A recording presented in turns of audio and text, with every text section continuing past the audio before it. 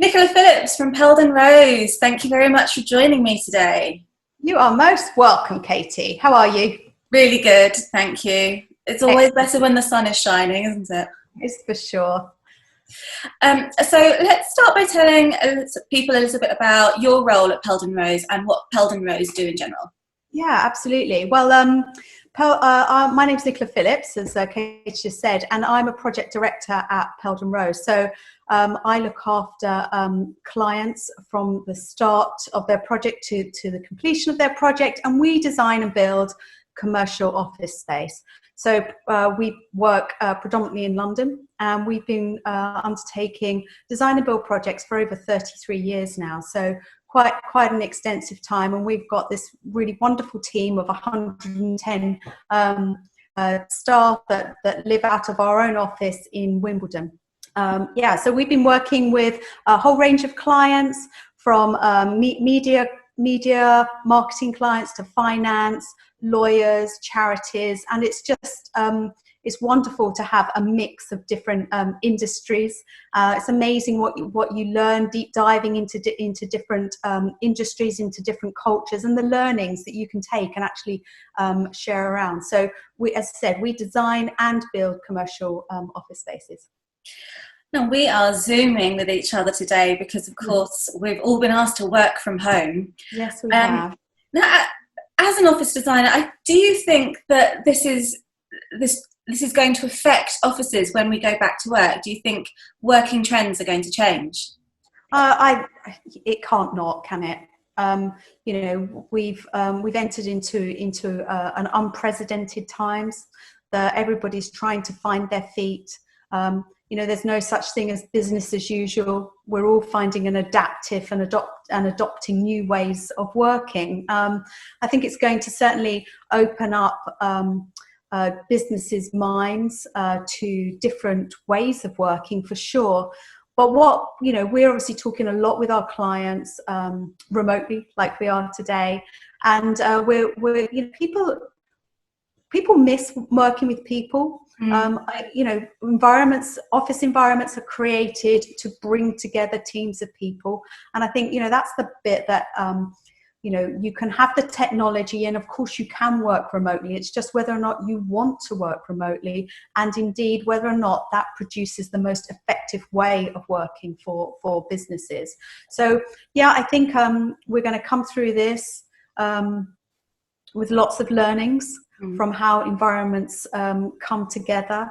I think it's going to help businesses open up their minds to different ways of being able to create those spaces, but ultimately create a kind of a destination space so that people have a place to come back to. We work a lot with clients to look at sort of agile working, which we can touch on a bit more detail, but whether or not that starts playing a stronger role in the office space. But it's going to have an impact on how we work together.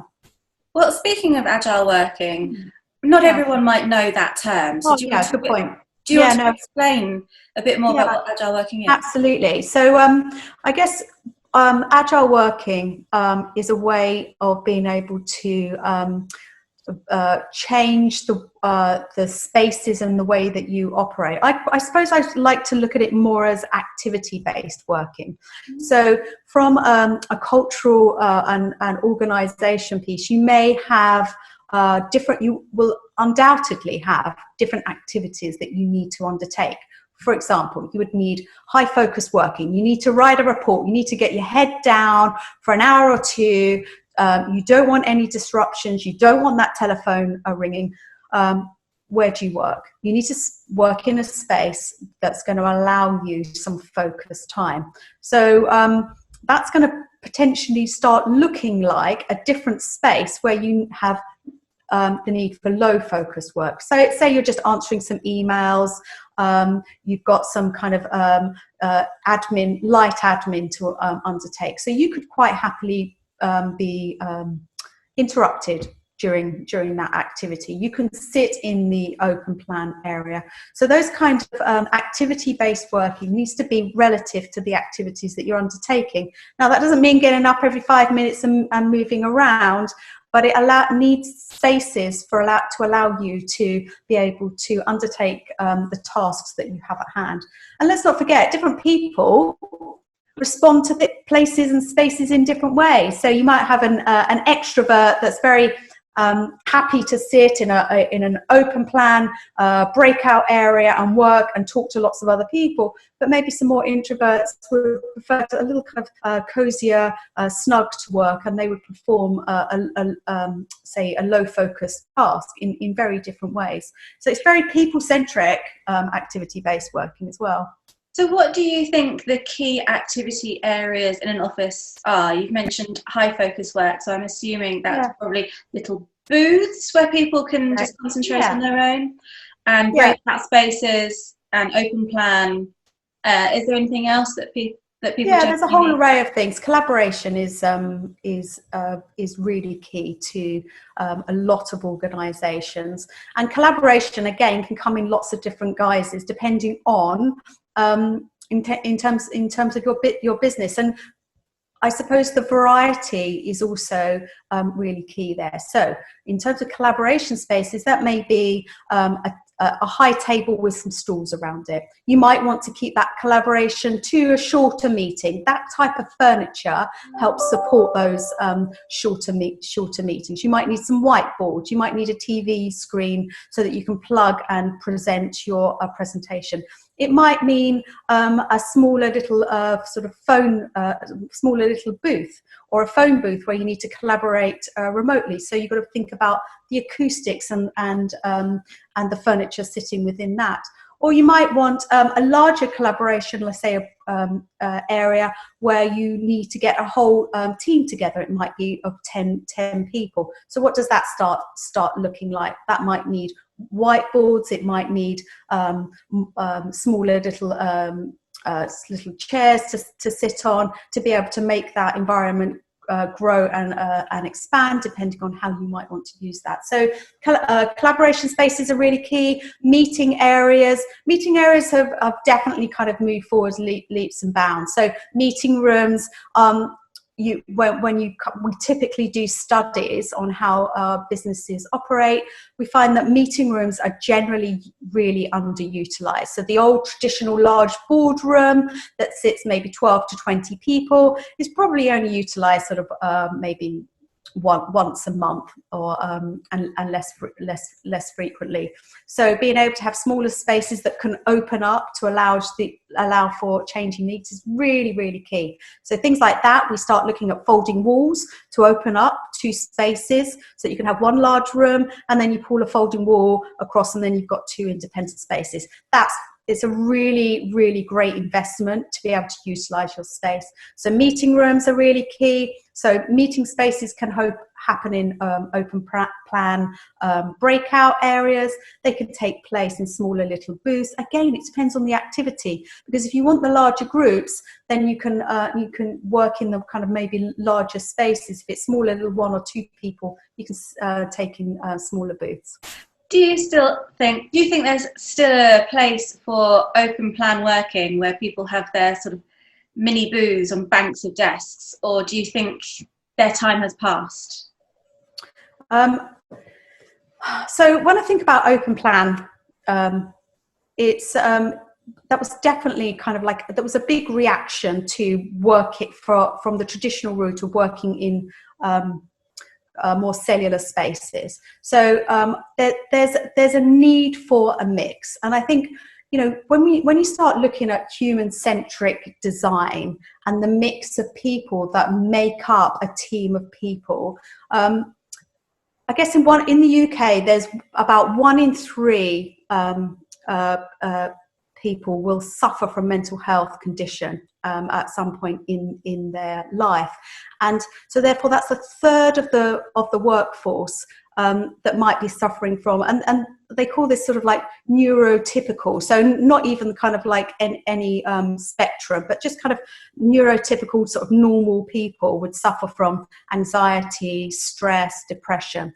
So if you imagine those kind of people within a large open span space, there's kind of nowhere for them to feel centered, nowhere to take refuge.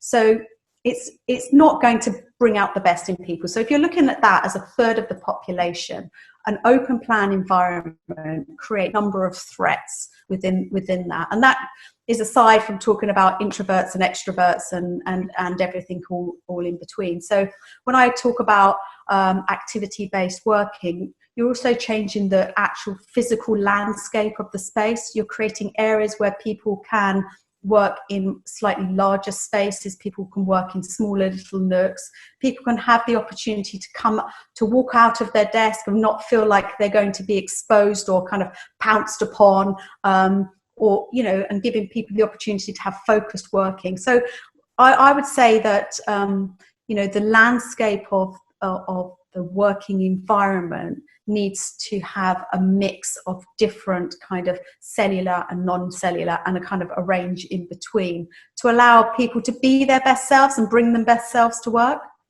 And how important do you think all the enriching items are, like plants and art and the decor, the sofas and the little objet d'art in places, the pool tables that some offices put in? Do you think they're important for every type of company?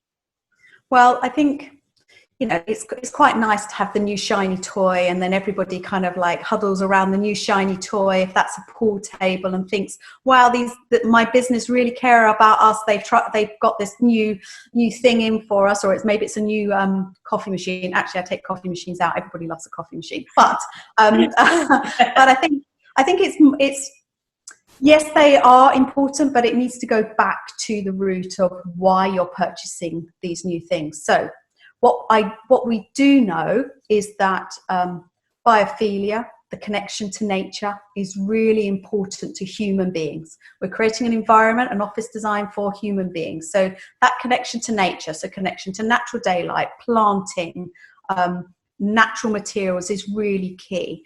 But when we're talking to, and actually it doesn't matter what kind of industry we're talking to, people want their staff to bring their best selves to work. And a lot of people really want to feel connected to that space, to allow themselves to be able to recharge and reconnect. So when we're creating spaces, those recharging spaces tend to have a much more of a kind of, let's call it homely feel, much more relaxed. It feels familiar. It's not feeling corporate.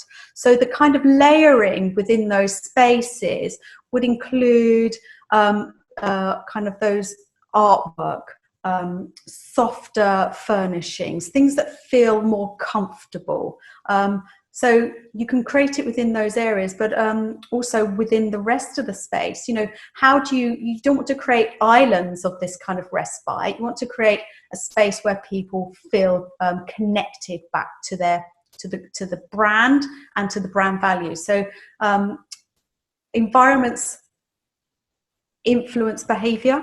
Mm-hmm. So we look really, you know, in detail with our clients about their culture and the values that they want to bring out the best in the as the behaviors. So a lot of our clients you know, invest heavily within and see the benefits of that right from the very outset. And some of our clients just need that sort of change management piece to understand what the benefits are of layering in, say, artwork and planting and some of the softer, maybe even some of the dressing side of interiors.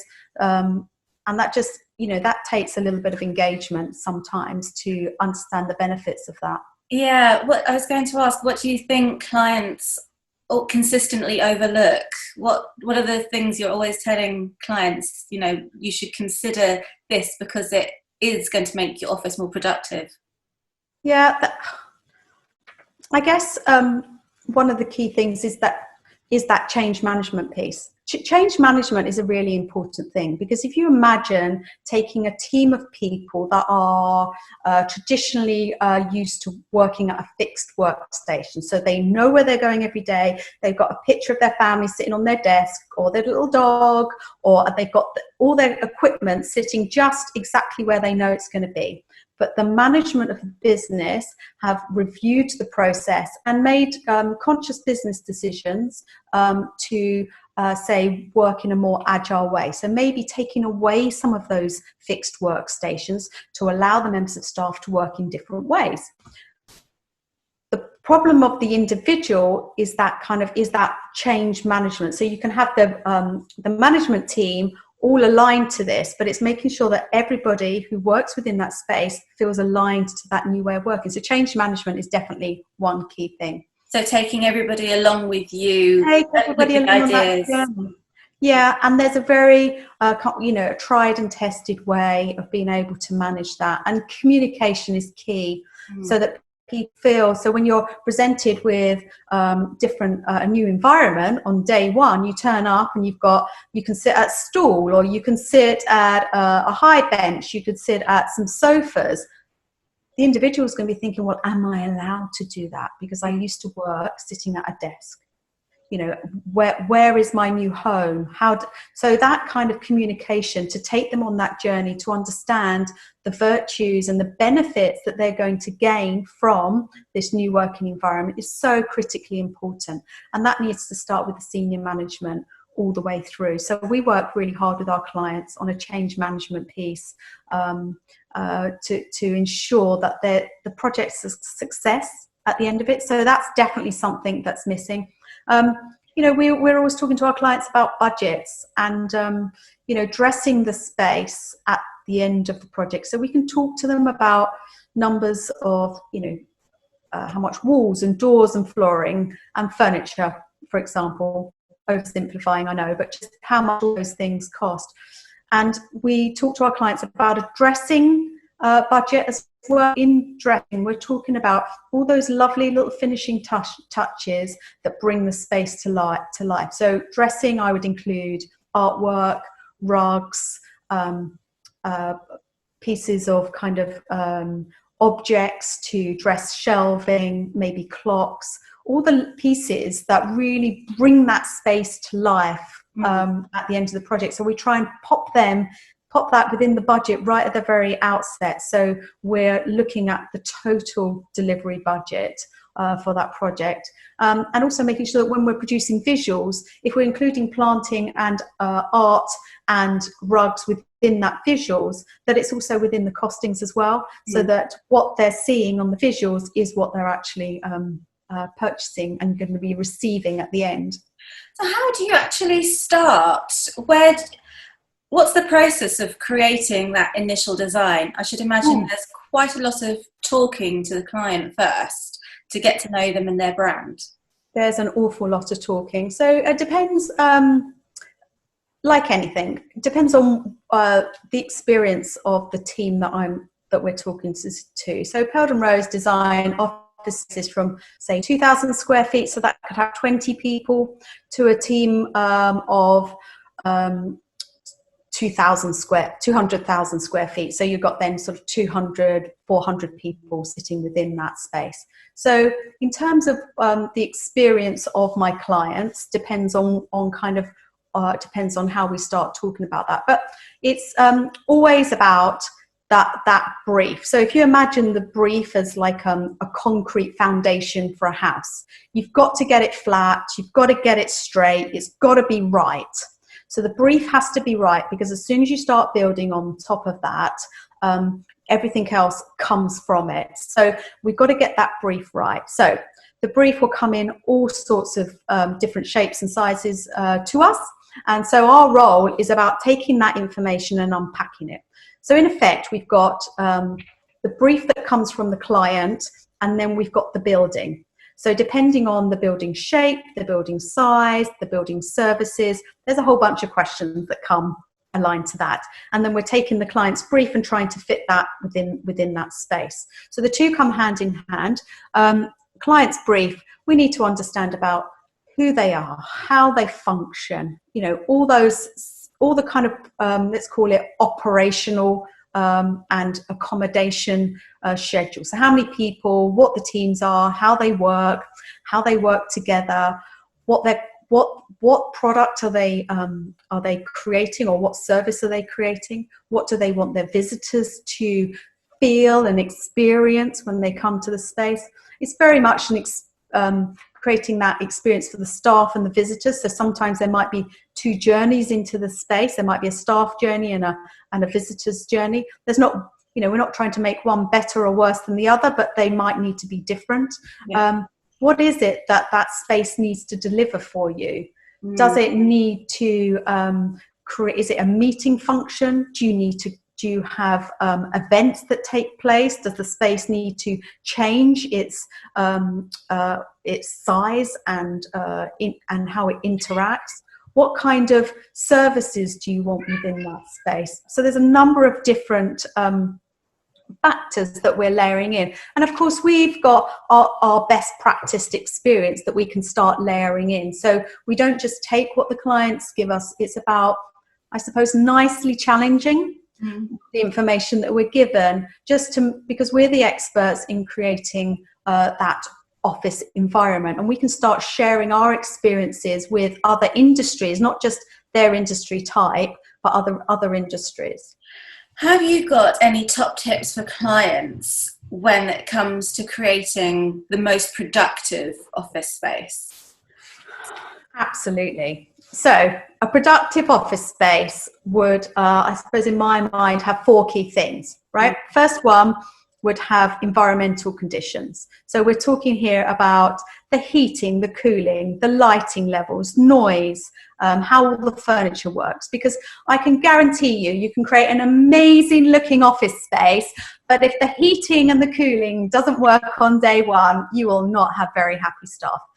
So the environmental conditions are so critically important. So these can get factored within the budgets and can be, especially with building services, can be quite costly things. You don't actually necessarily see them, but boy, will you know about them if you don't get them right. So that connection to light and natural daylight for the staff, if they're sitting in a dark area or with a flickery light, so all those kind of things. No one wants the dark corner with the flickery light. No one. So environmental conditions are really key to productivity. Technology, that's number two. That technology, number two. So making sure that you can connect, making sure that when you're asking your staff to kind of work in an agile way, to so that they can have activity-based working, so they can go off and work in a little small booth to get focused, that they've got the connectivity within that space. And likewise with meeting rooms, that you've got the right video conferencing facilities within that space to connect internally and with your clients. But with that, you've got the right acoustics, so that when you're having those video conferencings, you haven't got all that reverberation of sound around you, that you've actually really considered that within the space. So technology is definitely number two. Number three is those spaces. So we've touched on creating a high focus and low focus work to create those different variety of spaces, so that when a person comes to work and you want them to bring their best self to work, if they're having a bit of a crappy day and they don't want to sit in open plan, even though they could undertake that task, they could more effectively undertake it in a more secluded area. Allow those spaces so that people can have that choice of being their best self and choosing where they undertake those activities. So not only is it good for the kind of day-to-day, but it's also good for individuals to make those choices if they're maybe having an off day. Is really important. Number four, and the thing that wraps it all together, is definitely culture. You've got to be able to be able to understand the business values and help shape and influence the behaviours within the space. So to be really effective, you've got to have those right conditions within the space, the environmental conditions. You've got to create the different spaces that people can work within. You've got to have the technology that allows them to do that. Furniture is a very key part to all of this. So if you're going to be sitting in a chair at a workstation all day, that chair has to be comfortable. It has to adjust and take your body shape and weight. So that, and then the cultural piece sits all around that, that allows the business to be the best possible environment for that organisation. Because I guess what we work with is, say, two lawyers firms. They both got the same head count. They both say work under family law, but it's the culture that's going to create the different environments for those organisations. So one might have a more of a traditional sense of all partners having offices and much more cellular. Another legal practice might have see the benefits of being able to collaborate more, and so the environment's going to sit, say, quite differently. They've got maybe a culture that encourages sharing of information. Their values sit around connecting together and using your joint experiences to benefit their clients. So the environment for that legal practice will look very different to another one. So you could have all of the same other three factors in both of them, but it's the culture that will really make the difference within that space. And I think they all sit very hand in hand to be a productive space. Thank you for your top tips. Thank you. Last question. When we all get back to our offices, what do you think is going to change? What will people start thinking about or asking for when going forwards in office design? Yeah, it's very interesting. I mean, I don't have a magic ball to be able to look into the future, but there's a number of different, even before COVID-19, there were a number of different trends that were playing hard within the workplace. The mix of generations that sit within the working environment is at its sort of largest spectrum than it's ever been. That need for kind of variety, that there's a more of a kind of an emphasis on the employee requiring mindful moments, health and well-being, having that sort of need for managing stress, nutrition, all the kind of health and well-being pieces were already being challenged more from the kind of younger generations into the workplace. And I'm pretty sure that under this kind of our current situation, I think that that's going to even play more of a part within our workplaces. So we've got organisations like Mental Health First Aid that kind of play a really big key part in providing advice and support within the workplace. We're seeing, we've touched on biophilia and that connection to nature.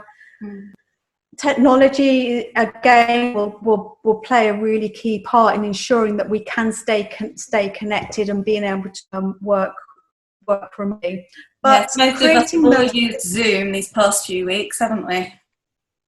Exactly, and I'm sure there'll be lots of more innovation that comes through from working remotely.